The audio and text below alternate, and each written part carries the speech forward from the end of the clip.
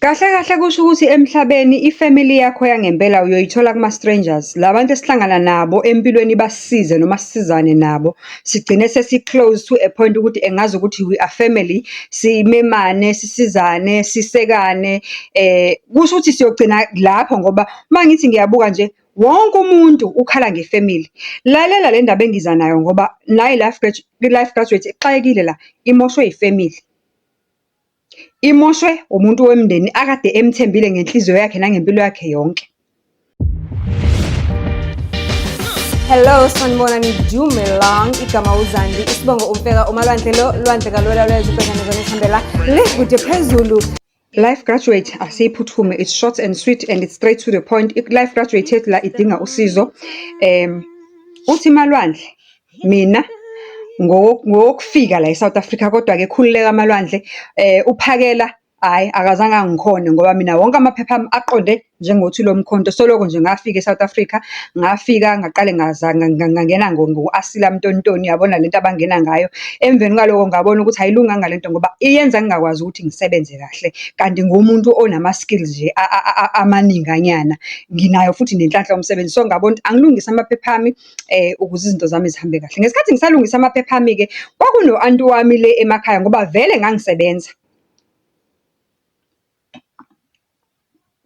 Uthi vele ngangisebenza, kwakuno-anti wami le emakhaya engangimane ngimthumelela imali, ngimnikeza imali ngenhloso yokuthi ngithi u-anti akangibekele, ngifuna ukwenza amaphepha, akangibekele mhla ngifuna ukuqala ezami izinto, ibhizinisi or something, or ngithathe umfazi ngiyothatha kuleya mali. And uthi mind you Malwandle, u-anti bengimuphe yakhe imali le bengimnika yona, bengithi akangibekele ngoba khumbula phela ukuthi uma ngingenawo amaphepha aqondile eSouth Africa vele mina ngeke ngikwazi ukuvula i-bank account. Siselapho. Romance Office Stories is ongoing. Catch them at 6:30 p.m. every day, Monday to Friday, na Sunday makwenzeka nginezitori ezijuicy ezikudingayo. Kodwa siselapho ngiyacela phela ukuthi join i-channel membership. Super thanks iqala ku-R14 only, and i-super thanks yona i-right ngoba awudingi nanokuthi kuze bathathe ama-banking details wakho ka-YouTube. Ungangipha nje from le airtime yakho lo buka ngayo, ungangipha kuyona, iqala nje ku-R15. Kanti at the same time we are heading towards 50k subbies, and I've got something special for all the people who are giving me love, so stay tuned. Uthi-ke uMogai, Malwandle, I'm a Mozambican, so ngafika eSouth Africa ngimncane ngesimo sokuthi ekhaya angikhulanga kahle, abazali bese ngingasenabo, ziningi izinto ezenzeka. Niyazi ukuthi eMozambique at some point in life kwanezimpi nani nani, angeke ngidweleke kuloko ngoba ubhuti kahle kahle ucela usizo. Uthi I'm a life graduate, I follow your channel. Thank you so much for ukusivula amehlo ngezinto eziningi, izitori ozithola ebantwini, nami ngithi ake ngibike yami indaba mhlampe khona ozongizwela. Uthi Malwandle, angikhulanga kahle, abazali bangilahlekela ngisemncane, ngathathwa iy'hlobo engangihleli kuzona zazingihlukumeza kwayale up until such time kwakhona isihlobo already sila eJoburg, esasisebenza la eJoburg. Leso sihlobo leso isona-ke sakwazi ukuthi singithathe singilethe eJoburg. Ngafike ngaqala-ke impilo yaseJoburg. Uma ngifika eJoburg bengimncane, amaphepha angingenawo, kwaphoqa ukuthi-ke kufanele ngithole indlela yokuthi ngihlale legally even though amaphepha angingenawo. Uthi-ke bangi-advise ukuthi angenze kanje ngisebenzisa lokho ku-Asylum. Uthi kwa-expire, ama-expire ngiloke ngithumela imali ekhaya. Umuntu okhona isihlobo esi-close, i-relative yami, u-anti wami, udade wakubaba omncane. Ngithumela imali yokudla ukuthi badle yena ney'ngane zakhe, ngithumela imali yokuthi ngicela le mali angibekele, because remember I cannot open my own bank account. La ebengisebenza khona bengihola, bathi bengihola ucash. Uthi sahamba isikhathi Malwandle, kwaze kwafika isikhathi sokuthi la sengiyabona ukuthi ngi-right khona, ngizolunga manje ukuthi ngikwenza amaphepha ngoba uthi ayabiza abandla amaphepha-ke. Amanye ayathengwa, amanye kodwa mina wami aqondile, kodwa nje nalapho noma usuwenza-ke ayabiza, expensive. Uyakhipha nje impela imali izigidigidinyana nje ezithe ukulekana impela. Uthi-ke right-ke Malwandle, mese ngithi ngiyabuyela ekhaya eMozambique ngoba ngenhloso yokuthi ngifuna ukuthi uma ngibuya ngiyolanda leya mali ku-anti, uma ngibuya ngizokwenza amaphepha. Uthi Malwandle, ngake ngayithola yini imali ku-anti wami? Uthi ngake ngayithola yini imali yami? Uthi leya mali yayisi-close koboma 50,000 mangiyibala mina ngokwami, ngoba uthi khumbula ukuthi i-currency yethu is weaker than i-currency yenu nina la eSouth Africa. Mangithumela i-R1,000 ekhaya liphenduka libe izizumbulu nje eziningi kabi, and mangiyibala la mali yayisiningi isifikile labo 50k. in South African currency. But ngathi mangifika kwangekho ngisho isenti, ngathi mangimbuza ukuthi aunty imali iphi ebengikuphathisa yona ngoba wena bengikusapota ngikondla ngikunikeza imali wena nezingane zakho. Uthi athi u-anti imali ngibolekise ngayo umakhelwane befuna ukwakha, so umakhelwane beka-desperate, meka-desperate uyibolekile imali wathi uzoyikhokha with interest. Family. Uthi yeyi Malwandle ukufuna kwami loyo mali ngaphenduka ngaba yisitha. Kwasuka olwezichwe uthuli, kwasuka embi impi.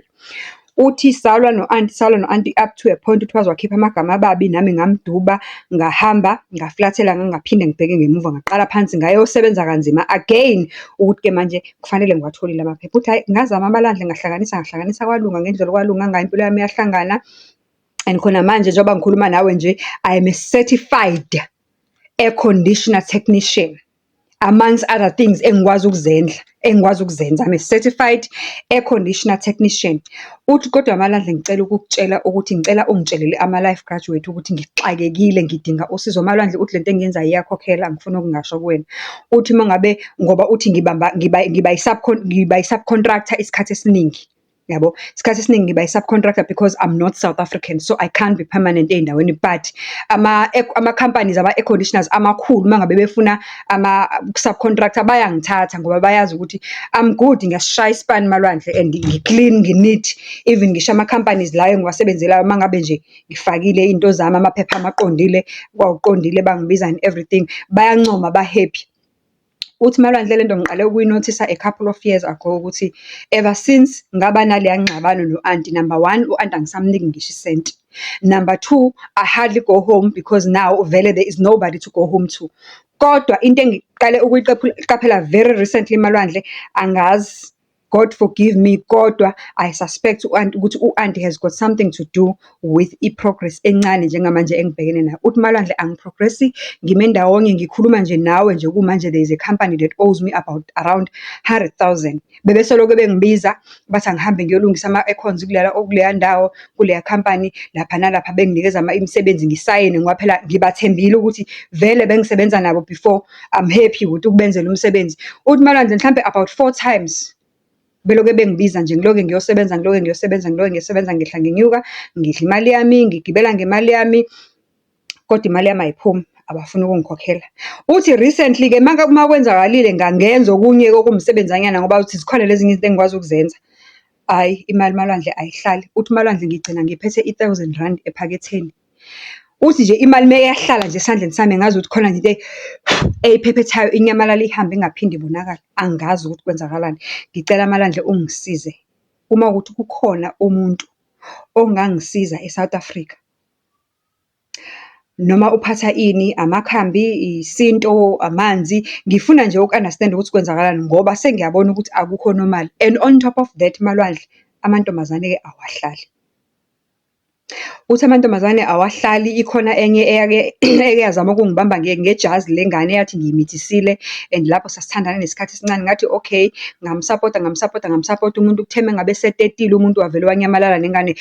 Ngabona lapho ukuthi kwakuyijazi and vele ngangisola ukuthi leya ngane akuyona yami ngoba phela mina naleya ntombazane sasilala ngekhondomu, kodwa-ke washo ukuthi hayi phela ngikhumbule ukuthi ikhondomu ayikho 100%. Uthi intombazane wadla imali yami wadla phansi. Uthi ngibhekene naloso simo-ke nje ngeMalwandle, akukuningi engikucelayo kuwena. Uma ngabe kukhona umuntu ongaziveza noma ekephi, ngizophatanisa ngawo wonke ukuthi ngihambe ngiye kuyena ngisizakale ngoba ngibonile ukuthi bakhona nabanye abake babhala into ezifana nale engiyicelayo, kube khona umuntu ovelayo ukuthi uzomsiza. So nami ngiyacela Nkosi yami ukuthi makukhona ongangisiza, so ngiyacela-ke bakwethu, uma kukhona ongasiza ubhuti, futhi ngiyazi ukuthi le nkinga ebhekene nobhuti akuyona inkinga yakhe yedwa, yazi inkinga yemali inkulu. Baningi abantu abasebenza kahle, kumele ngabe they are making a huge progress, but iy'mpilo zabo zimile and they don't even know why izimpilo zabo zimile. At least yena uyayazi suspicion ukuthi ubani ogangileyo, unayo i-idea. Abaningi bethu, angizibali nami, abaningi bethu abazi ukuthi kwenzakalani. Mina nje ngikubekisele example, u-YouTube I never earn more than 3K per month ku-YouTube. But ask me ukuthi how, when there are people out there abaphila ngo-YouTube which is their primary income, and they work less harder than me. mina manifuna into ngiyanenzela, mangabe nifuna into ngiyanenzela, mangabe nifuna i-story every day I try by all means, but I still keep my 8-hour job.